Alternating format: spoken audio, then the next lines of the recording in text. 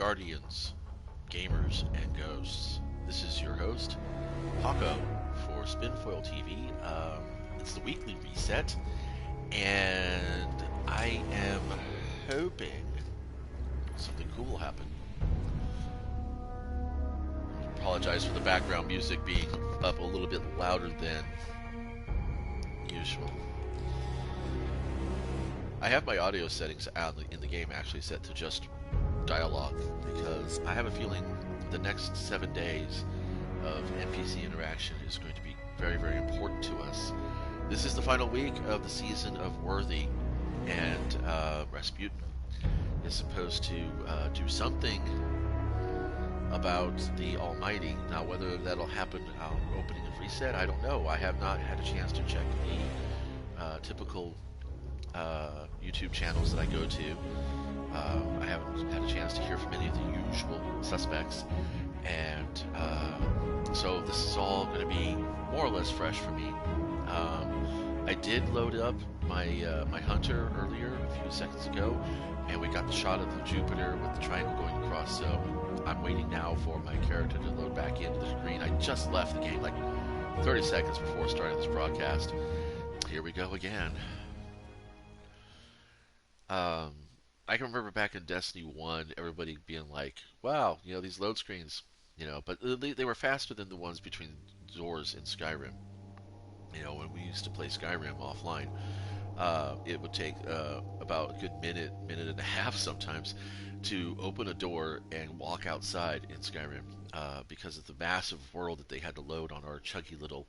I at the time was playing an Xbox 360, but I heard it was just the same on the PlayStation 3 as well.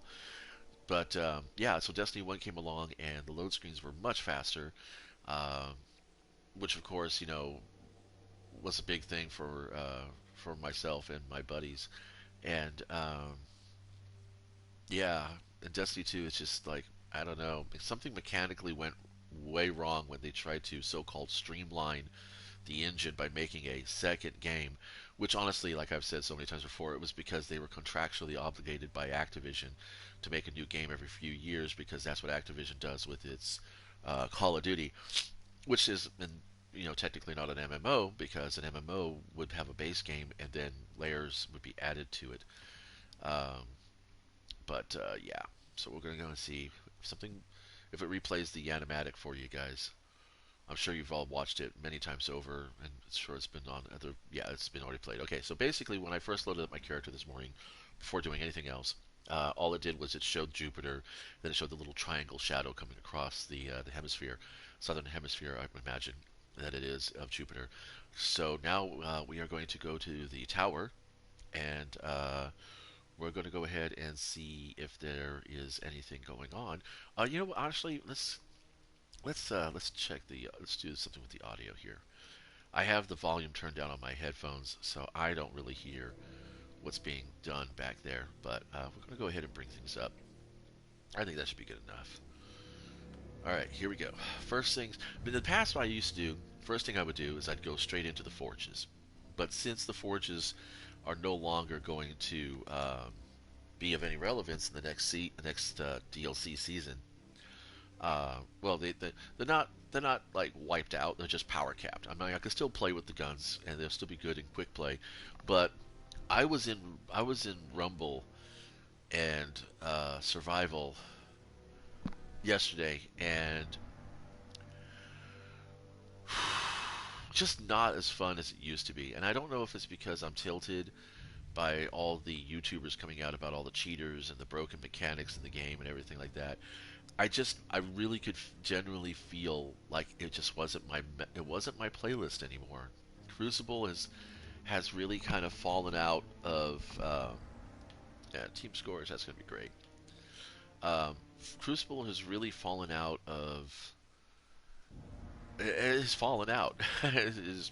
It's become really horrifically garbage, and even in strikes. I was playing the Nightfall I was a fire team's Blueberry, and I'm over there trying to work with them and doing reses and stuff like that, and wasting sword ammo to resurrect a guy who aped in way too close to the Cabal, and I got shot, and he didn't even stick around for the 3 second cooldown, the 5 second cooldown, which is I can understand you want to take cover, but then they both just ran off without resing me. I sat there for the full 26 seconds waiting for my ghost to finally get his ass together and res me so that I could ride the sparrow across the ramp to get on with the later part of the strike of the nightfall.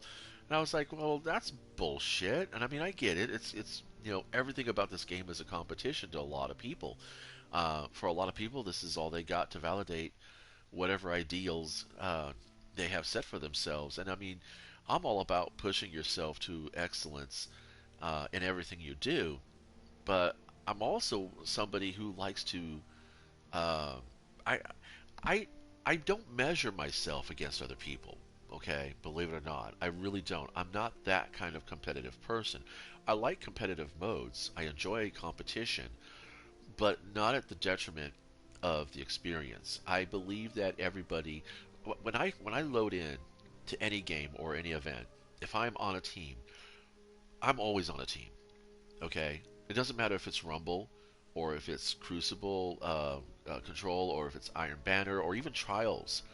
Because I believe it or not, I used to play Trials. I was actually pretty excited about Trials back in Destiny 1 and Destiny 2, and I still have tokens for the Trials of the Nine that I'm pretty sure will never get redeemed for anything. So we got Grenadier. I don't know what the Nightfall is. Let's go find out. On the heroic. Oh, Kargan stratagem.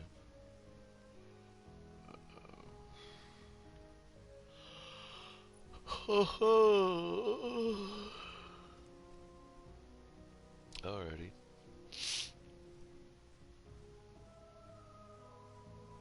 Well, until my fire team comes on, I can't do anything like Legend of Master or Grandmaster. I have to do heroic if I want anything. But yeah, well, okay, whatever.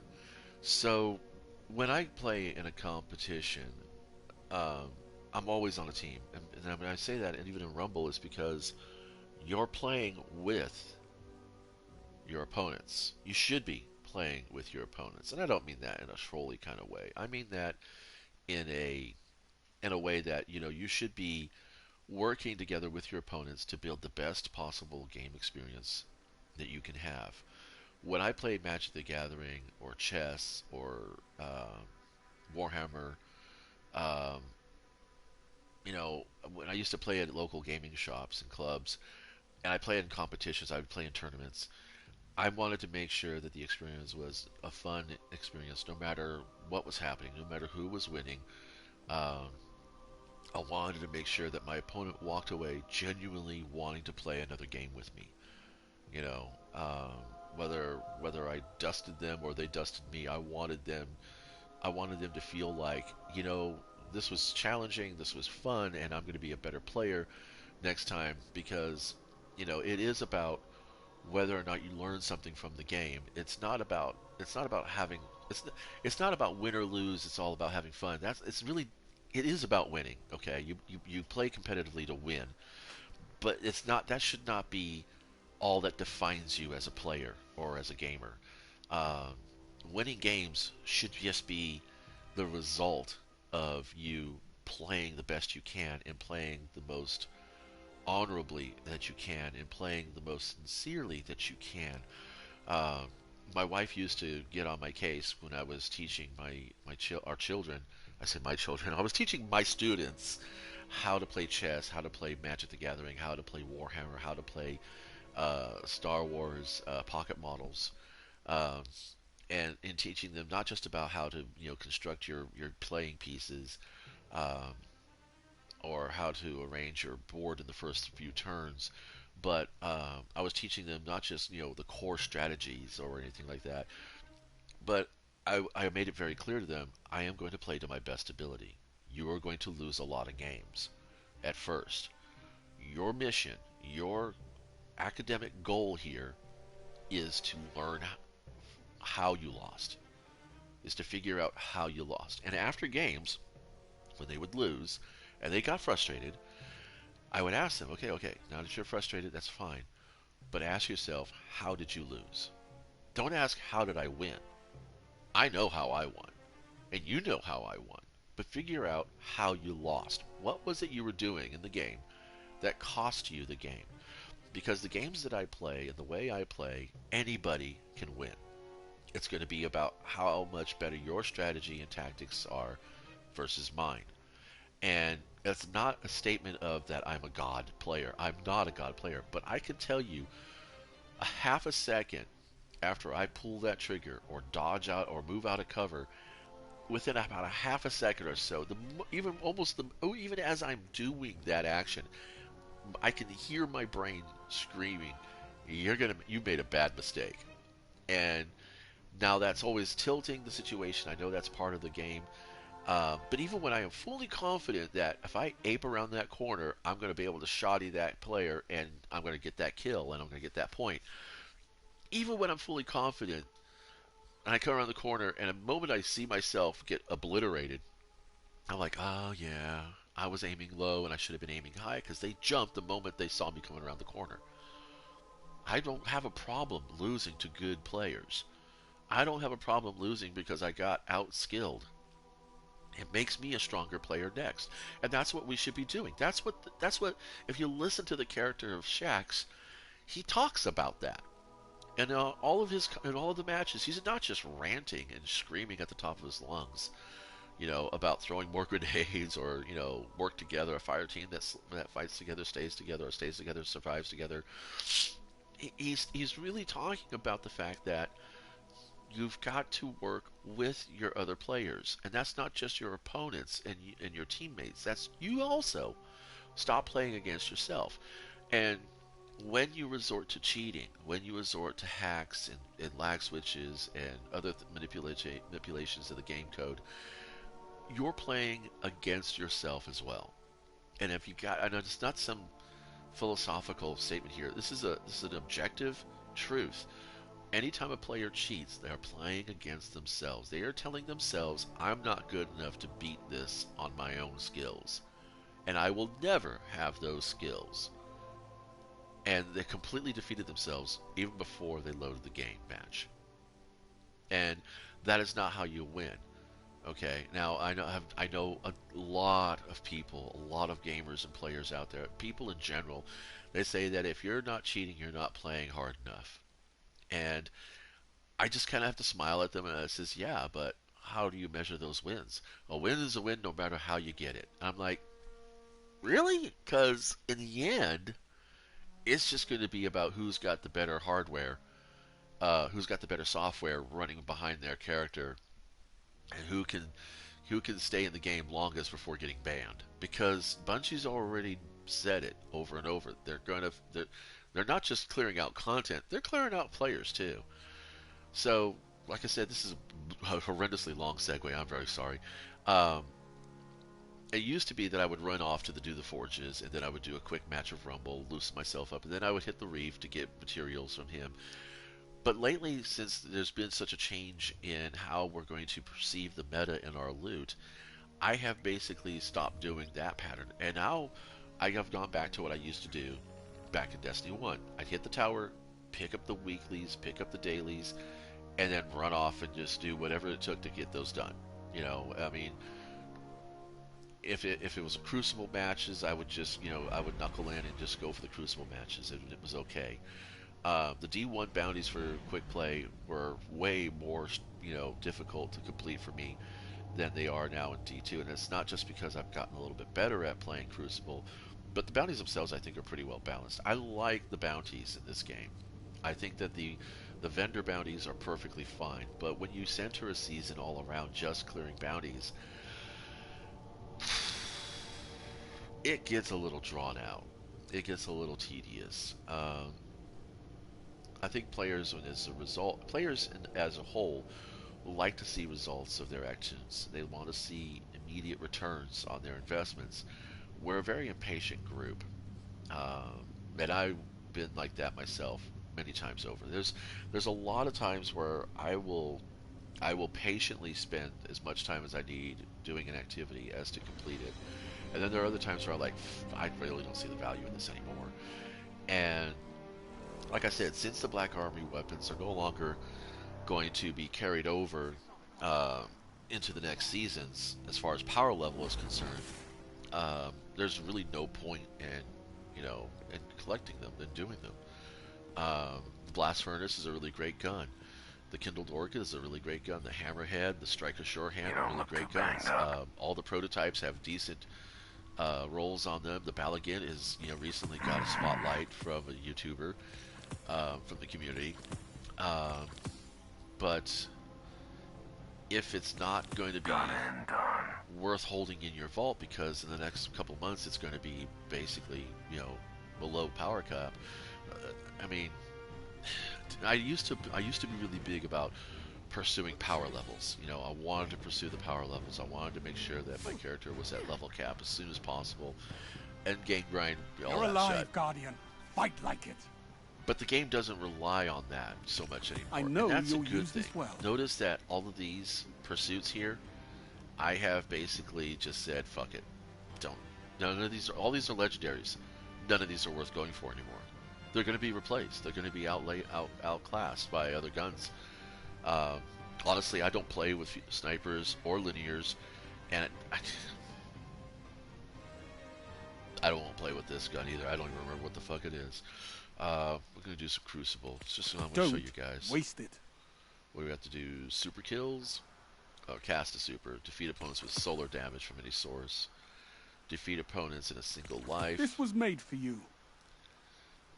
Defeat opponents while holding zone advantage. Hopefully, this is as sturdy as you are. I don't have the glimmer to really take those rotators, so I'm not going to worry about it.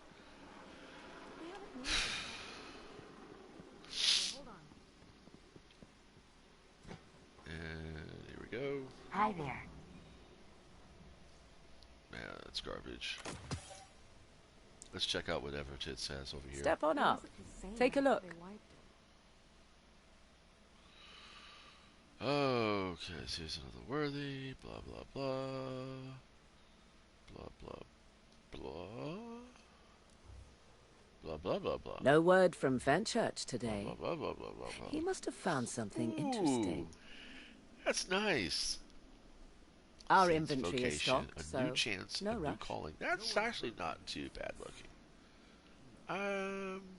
Probably want to see it in a different color scheme. Damn, even the mucky shaders look sexy on it, so let's see. Look how clean that is. What's the lore? Saint. Oh, this is Osiris. I regret that we must once again part ways so soon after your return. Knowing you are there to watch over the trials assuages my concern, and is Just the browsing. only reason I feel That's fine by comfortable me. departing on this urgent mission. I must leave you with the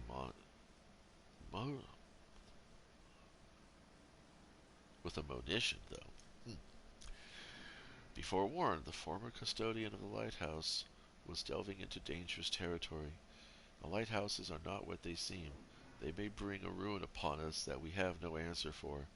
They may also be innocuous, but you know their architects as well as I. New address. Lean New toward address. caution. I urge a careful eye and ear. Their final intent is not known to me. I will return. I look forward to our reunion. Stay vigilant. Yeah. This ties up with a lot of different lore that's been going on about the trials of the Nine, the trials of Osiris. Just browsing. Brother That's fine Vance by me. being a bit of a nutter. Yeah. So what is this? Necrosis. This is for the Recluse. And it's amazing because I know the Recluse is viable for the next few months because the new season's coming and that season's going to be okay. It's season 12 that sunsetting starts, so I know we get another 3 months to play the Recluse at its pinnacle effect. But that's kind of bullshit, Oh, there's a Dust Rock. There's a Dust Rock ornament. That's actually nice. I like my Dust Rock blue. Oh, I don't have one anymore, do I? Don't know where my Shucks. uncle finds these things. That's kind of No cool. word from Fenchurch today. I like that with the He must have spiky found bit at the something tip there. Kind of interesting. looks like a cat penis. Let's see what's left in here.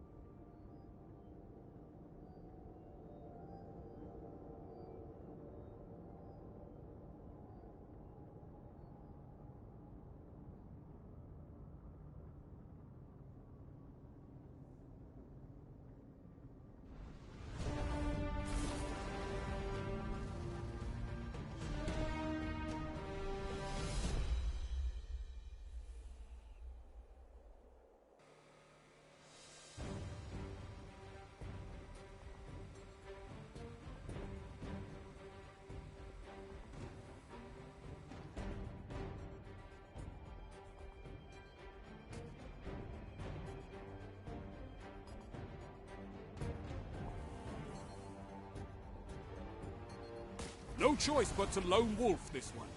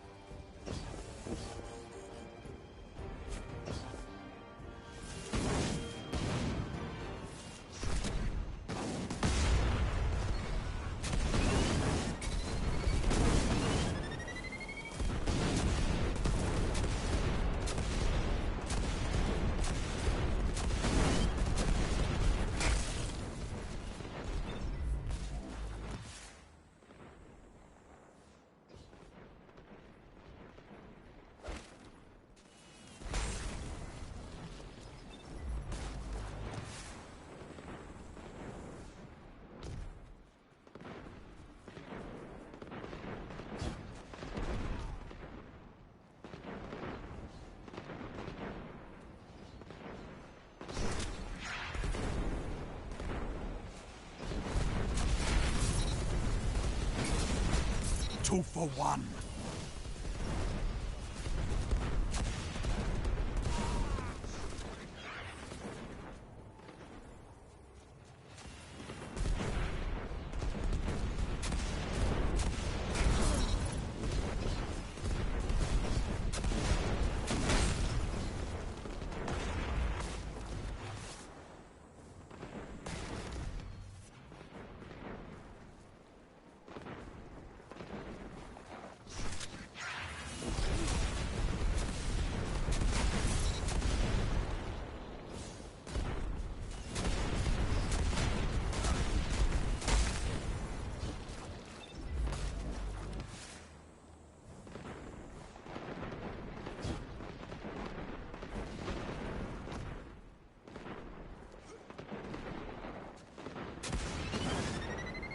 Three minutes.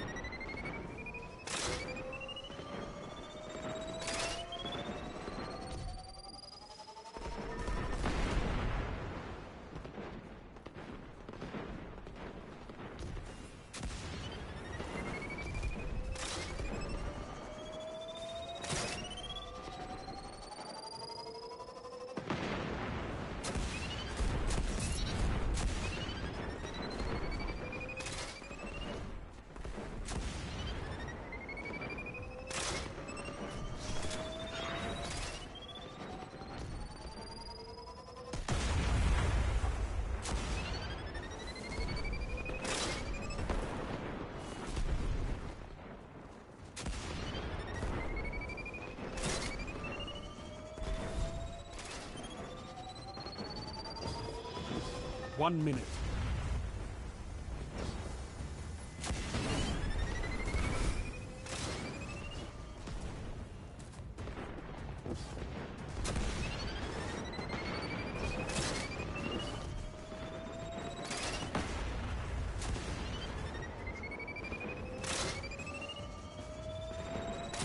Sound tactics bring victory.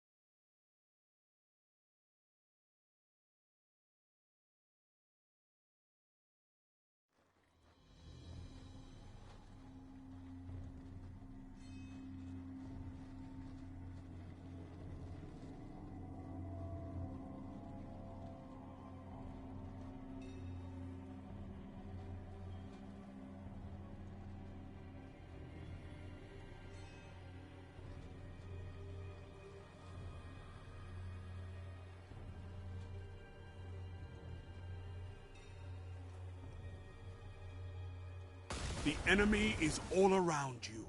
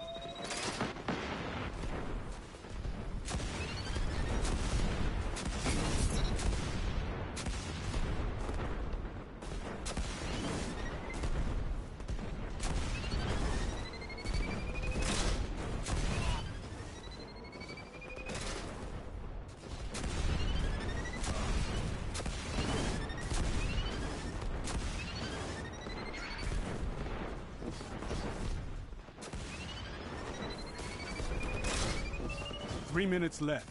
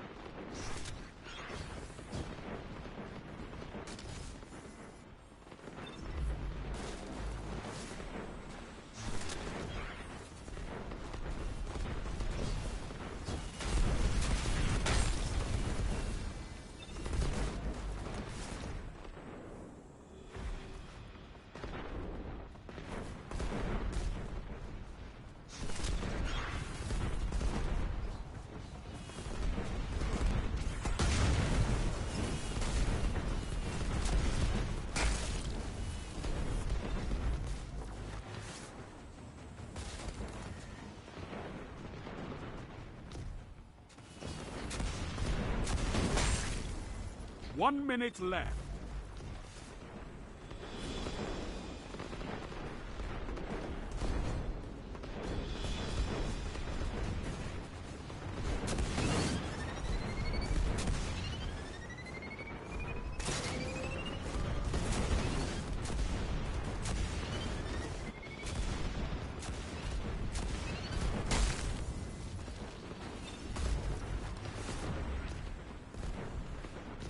You've got 30 seconds. Sound tactics bring victory.